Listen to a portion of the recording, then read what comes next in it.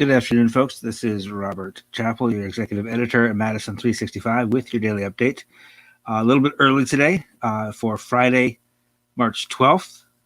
It is my son's birthday tomorrow, so we're getting out of town. We're going somewhere safe to be.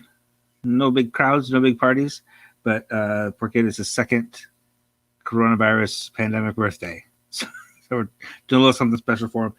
So that's why I'm coming to you a little bit early today. So if you're watching this at normal time, understand I taped this a little bit early in the afternoon today.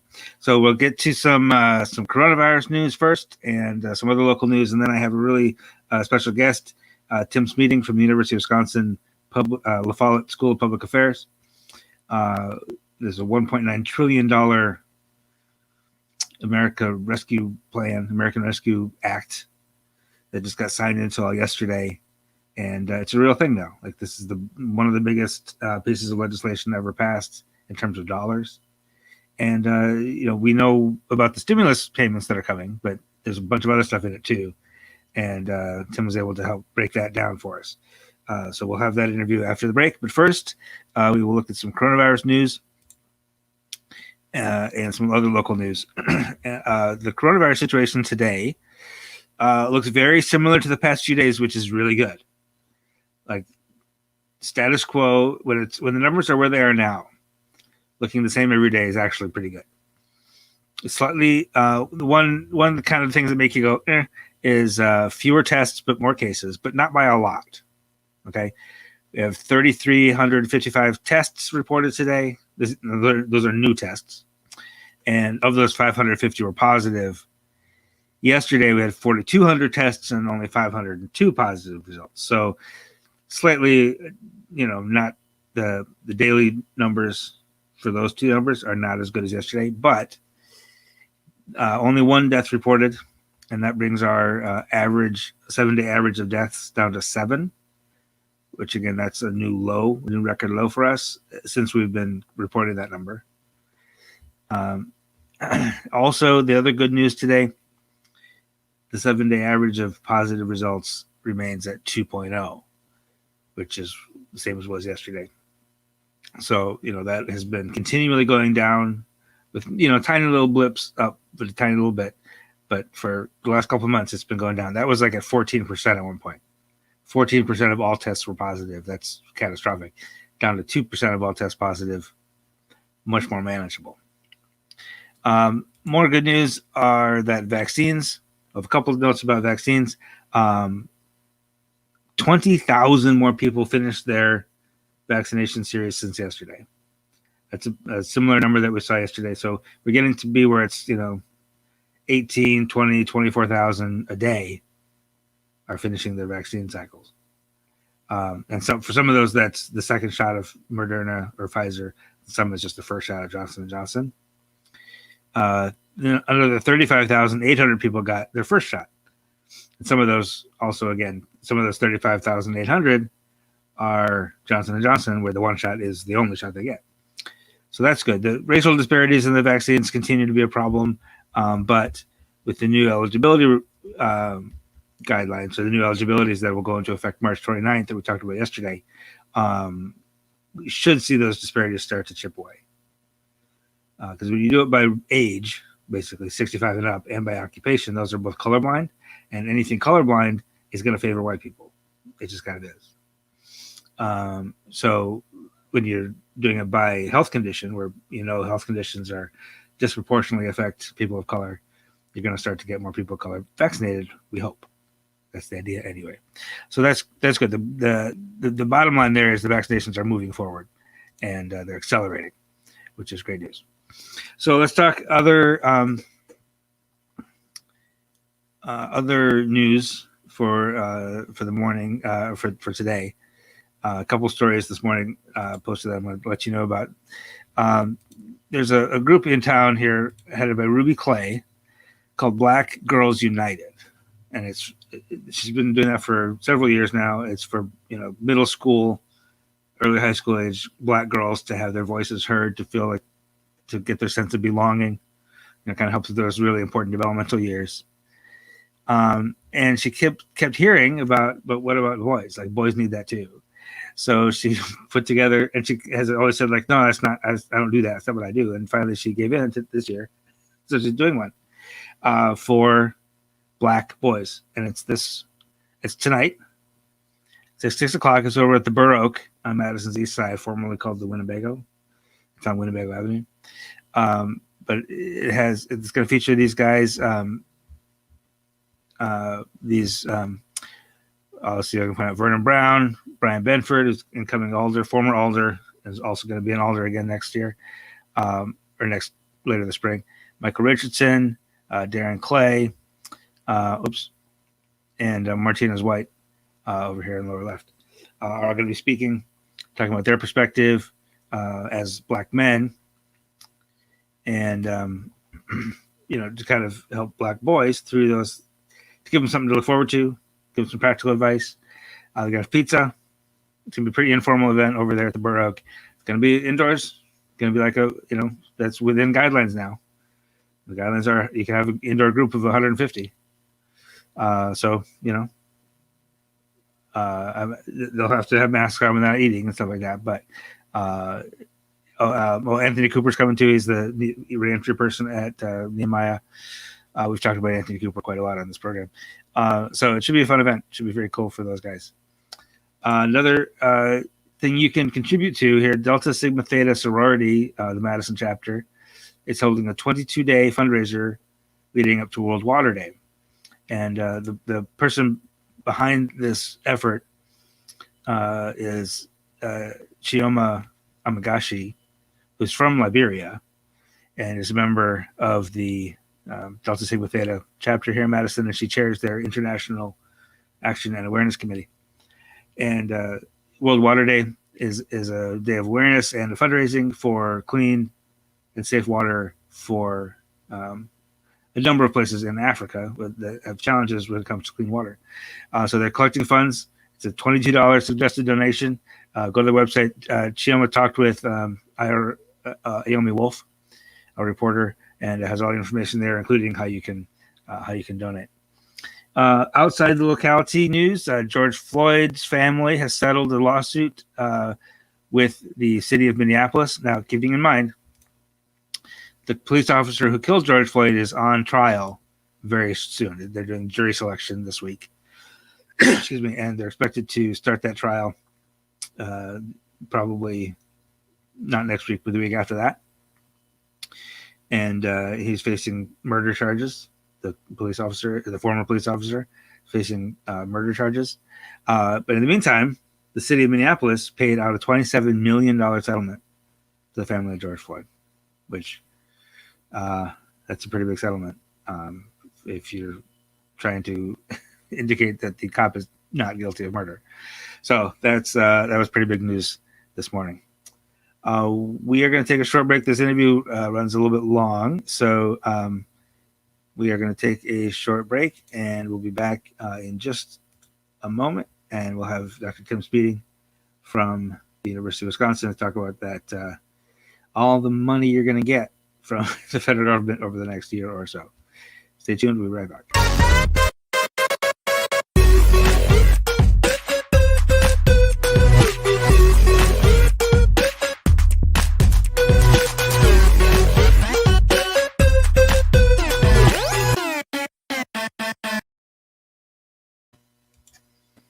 And joining the program today, Tim Smeeding is a professor of public affairs and economics at the La Follette School of Public Affairs at the University of Wisconsin. He is the former director of the Institute for Research on Poverty at the University of Wisconsin. Tim, how are you doing today? I'm fine, thank you, Rob. Nice to be with you. Yes, thanks for giving us a few minutes. This is a big deal that President Biden signed yesterday in this $1.9 trillion American Rescue Act, stimulus package, whatever you want to call it. First thing is, we all know, the one thing everybody knows about this is we're all going to get $1,400 out of it in stimulus payments. Now, my first question is there evidence? We've seen this a few times where the government will just like write you a check as a stimulus. And is there evidence that actually works, that it actually, just giving people money actually does stimulate the economy? Well, if you give it to low-income people, they spend it if they need it. There are people, we still see long lines at food pantries and 20% more people in Wisconsin receiving food share. We know that people who've been unemployed or getting a low amount of unemployment insurance or no unemployment insurance are worried about paying their rent. And that causes a lot of stress in families. And the $1,400 payment is sort of an immediate shot in the arm to deal with that, the same way that there was a couple of shots earlier this year, but it's very clear from the aggregate data that it peters out after a while. If you give that shot in the arm to people who have higher incomes, they don't spend it, they save it, which is not necessarily bad. But the people you really want to help are those who have lost their jobs, who are in tenuous situations, who can't afford childcare, so they can't go to work, who are just worried about where the rent's going to come from and how to feed the kids. And that stress creates bad family situations and lots of angst and mental health issues and so forth. Now a year into the pandemic. And so that's what the $1,400 is designed for. And you say that if you give it to lower income people, they actually spend it, which actually then does that then have a broader impact on the economy beyond just that family? Puts more people to work at the places that they spend it. Yeah. Now they're not going to be spending it so much at restaurants and certainly not on travel and walking in the stores, which and the people who work in those places aren't going to get as much help. But restaurants are slowly coming back.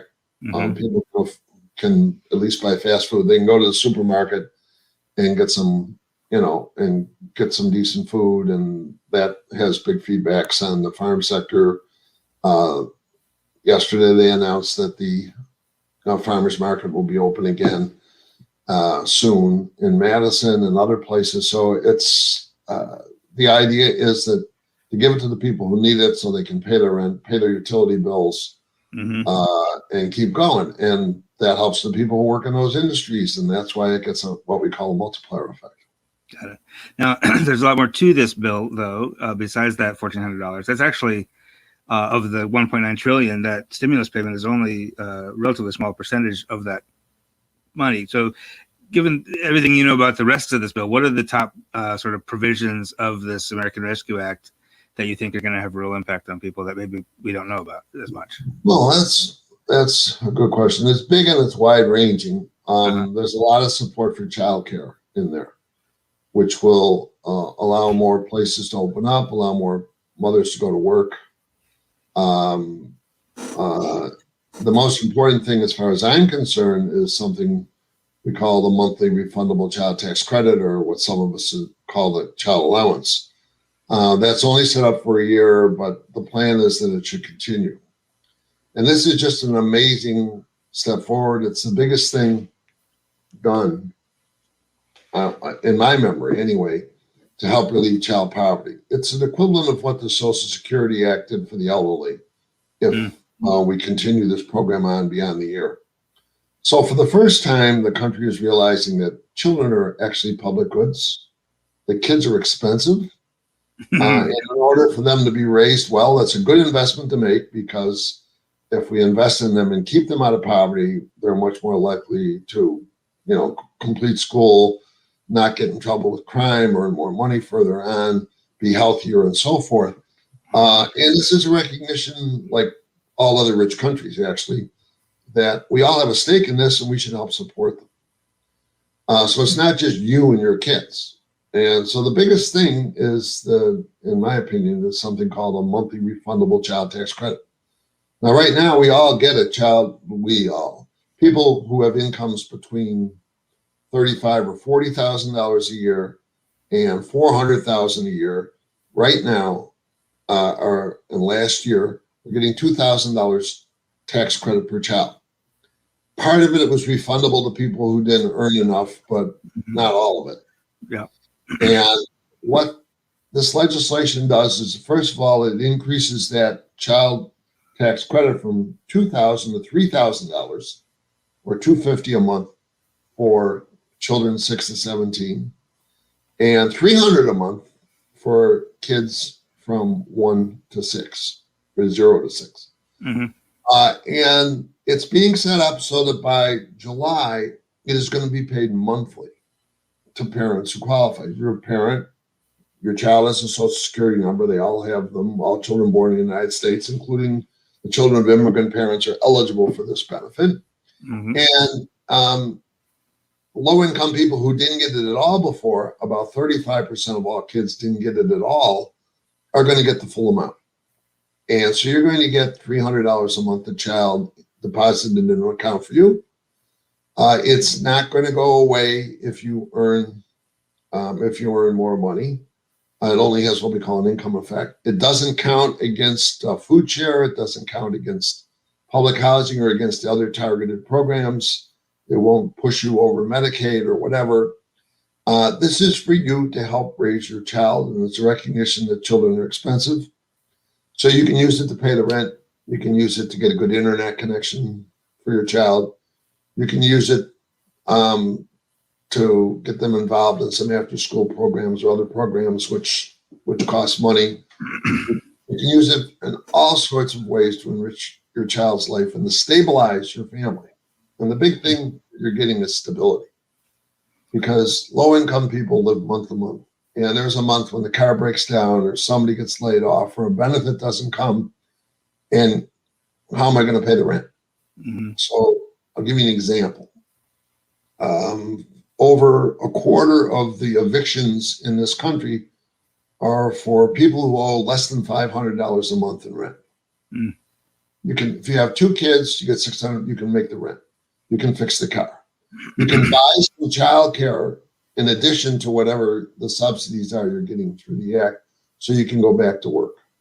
You can pay for after-school care if you need to.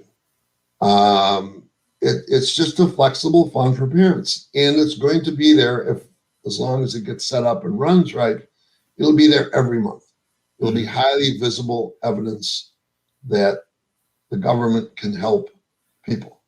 They can help families with children, no matter where you live. If you're a Joe Machin kid in Appalachia, or if you're an African American or Latino kid in Chicago or Milwaukee or Gary, you're going to get this benefit, and it will keep coming, at least for the first year.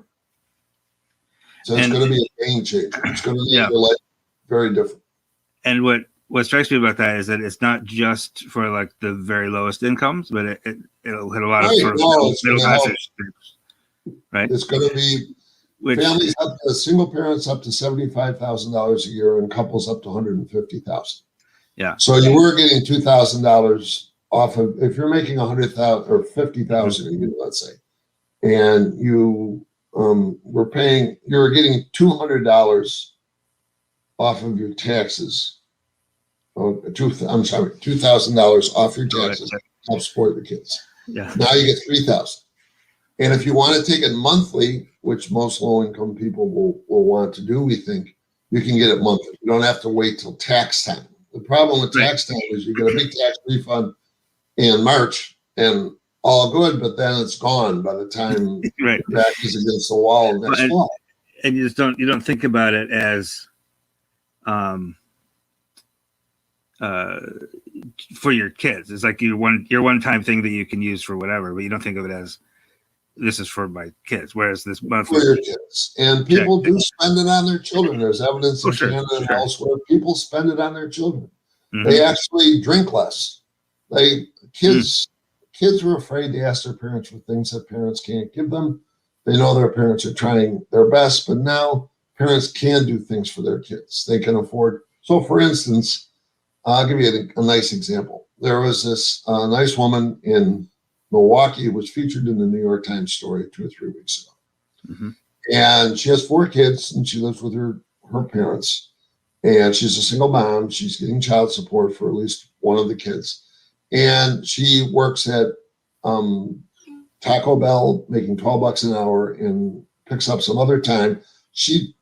But at the end of the month, she ends up with about $2,000 of net income and about $2,300 worth of bills. Okay. And the New York Times op-ed said, well, if they raise the minimum wage to $15 an hour, she'll be able to make up the $300 hole. And I say, well, if she keeps her hours and so forth and so on. But it just totally missed the fact that this woman is now going to get about $800 or $900 a month more than she was getting before for her children, which means that she might not have to work the night shift. Yeah, you can make $14 and $15 working the 3 to 11 shift at a Quick Trip somewhere. Not a place I want to be with a whole bunch of drunken guys coming in, gas and so forth. You can work the day shift and make $12 or $11 an hour and spend some time with your kids. In addition, you can put your kids in a safe place and so on. So I wrote this guy and said, the answer is the child allowance or the refundable child tax credit. This isn't to say that Madison or Wisconsin shouldn't raise its minimum wage above 7.25. It absolutely should, but it doesn't have to more than double it to 15. So that's in the bill. The food share benefits have been increased 15% at least through the end of 2021. So there's a whole bunch of things, and it's really targeted on families and on kids. And so I think it's just amazing. Other countries have done it and done it successfully. So, and the reason why we're doing it is that child poverty actually negatively affects children. I was able to be a member of a National Academy of Sciences panel, which did a study, which was thoroughly refereed and looked at every way, that all else equal, poverty hurts kids. There are people at UW-Madison like Seth Pollack and Bobby Wolf who show that poor kids' brains develop different than rich kids do. They don't do as well.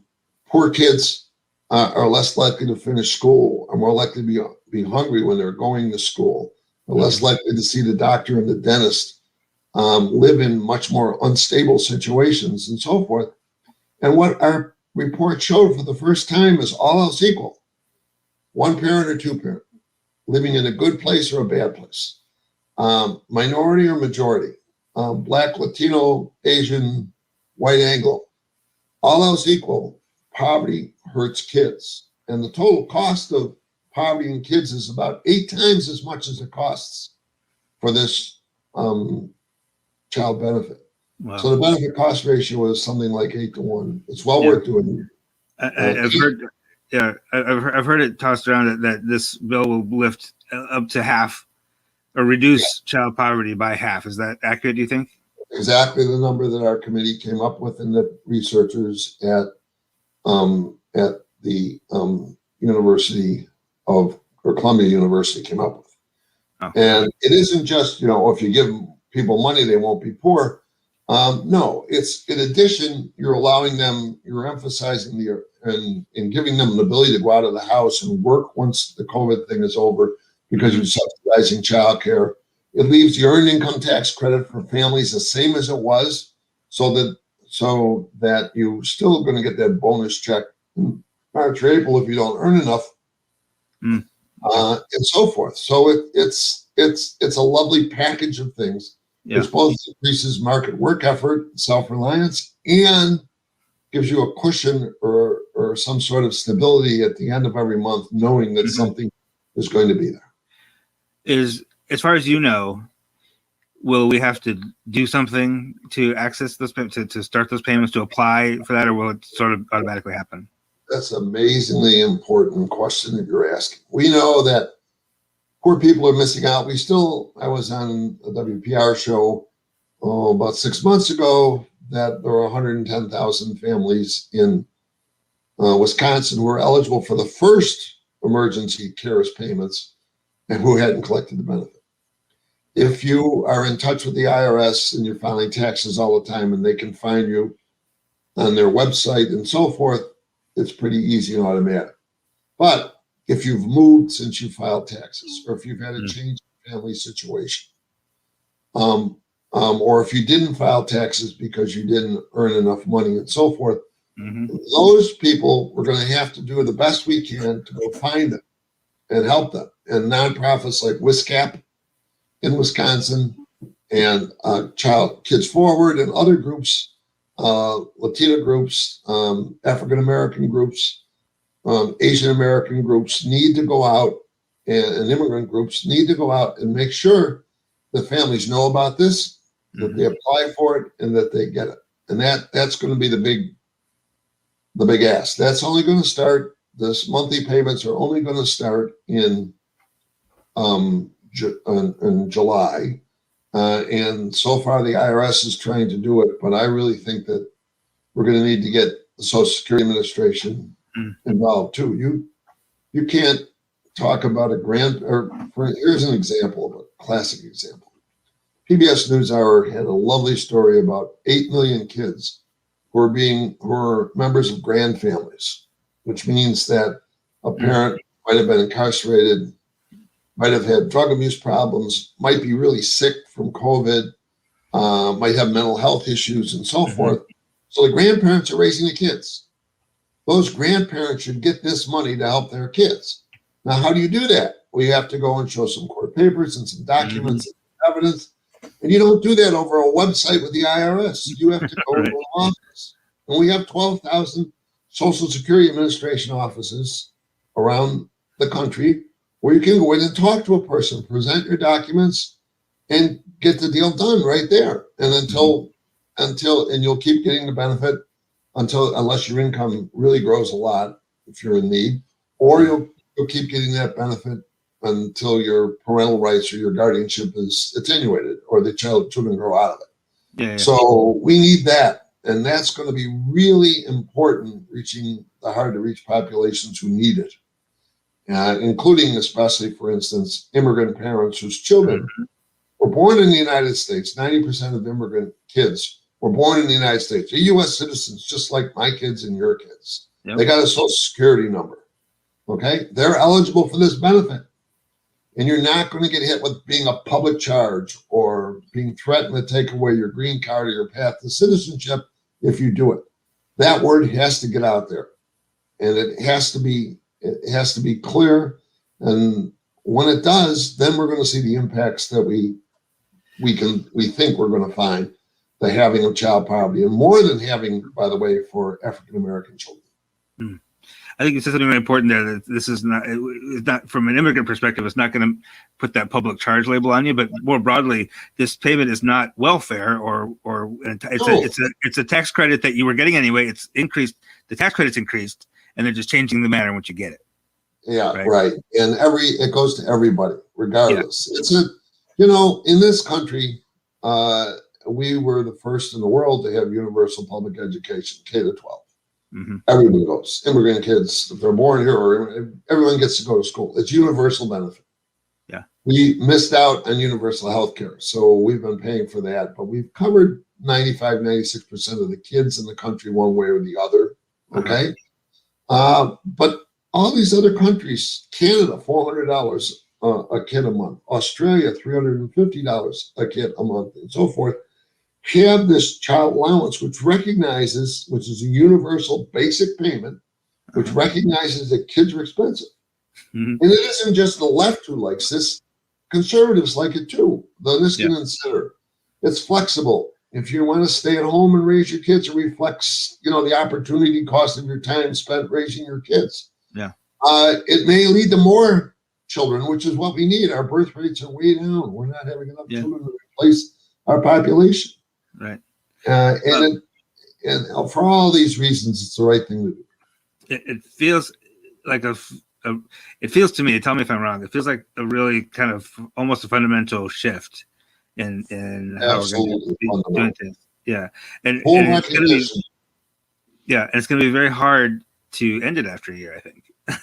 I think so, if it's done effectively. If there's horror stories of people who aren't getting it, or some of you go out and find a horror story, but what most journalists I've talked to have been able to do is to go out and find someone who needs it. So I'm not going to get into detail, but I have a person who I hired to work at the Institute for Research in Poverty, has 4 children. He works hard.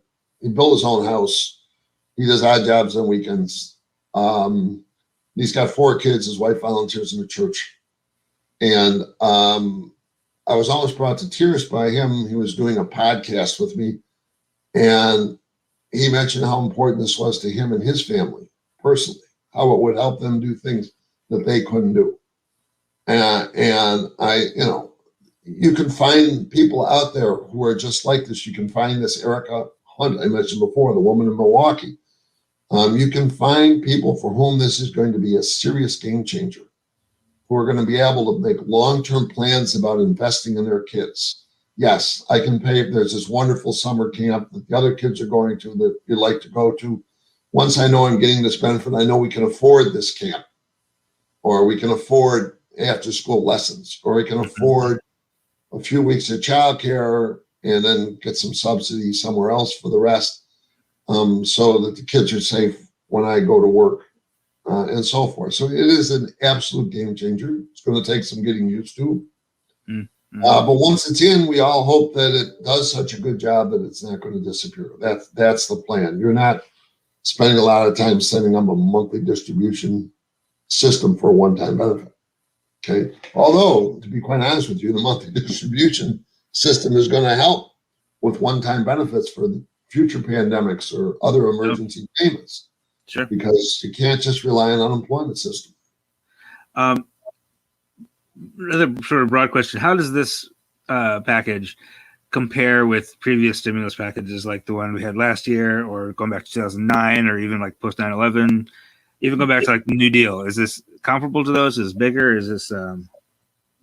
Well, that's a really good question. No one that I know of can think of a more wider public recognition that children are public goods, that they're not just for their parents. It's our responsibility too. It's an investment we need to make. It's a smart investment, and we're going to make it. That's never happened. No one can remember that. The New Deal, we created jobs for people who needed jobs through the WPA.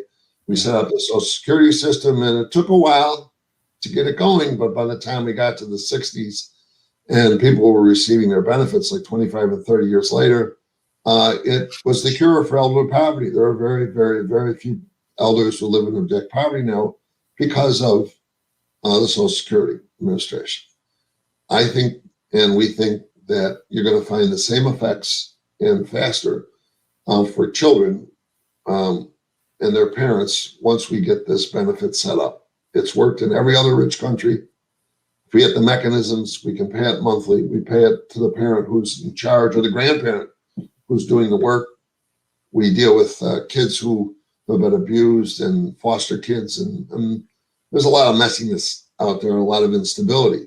This will create more stability and a more solid base for those kids to grow and prosper. Got it. Well, Tim Smeeding, I really appreciate you giving us some time today. It's been really, really helpful. This is a big, complicated issue, so it's nice to have it broken down for us. Thanks, Rob. It's complicated. It looks complicated now, but hopefully the whole thing is to reduce administrative burden so the families can get in there, get what they're entitled to, be able to put it in a safe place, be able to save some of it if they need to for some future need, and to plan, not just live week to week or month to month, but realize that every month this is going to be there to help you do things for your kids that you otherwise couldn't do. And that's why it's a game changer. Well, I really appreciate you joining the show today. Thank you, Rob. Thanks a lot. Bye now. Bye. And thanks to Tim Smeeding for giving us so much time on that. I would definitely, if you missed any part of that, this video will be here on Facebook or YouTube. And it's important to know that you're going to get your $1,400, but you're also probably going to get a couple $100 for each kid. And exactly what that means to you is really important. So again, thanks to Dr. Tim Smeeding. That's all I have for you today. Thank you for your time and your attention. And I hope you enjoy your weekend. It sounds like it's going to be a nice one. So get outside, enjoy yourself, and we'll see you again Monday. This is 365 Media.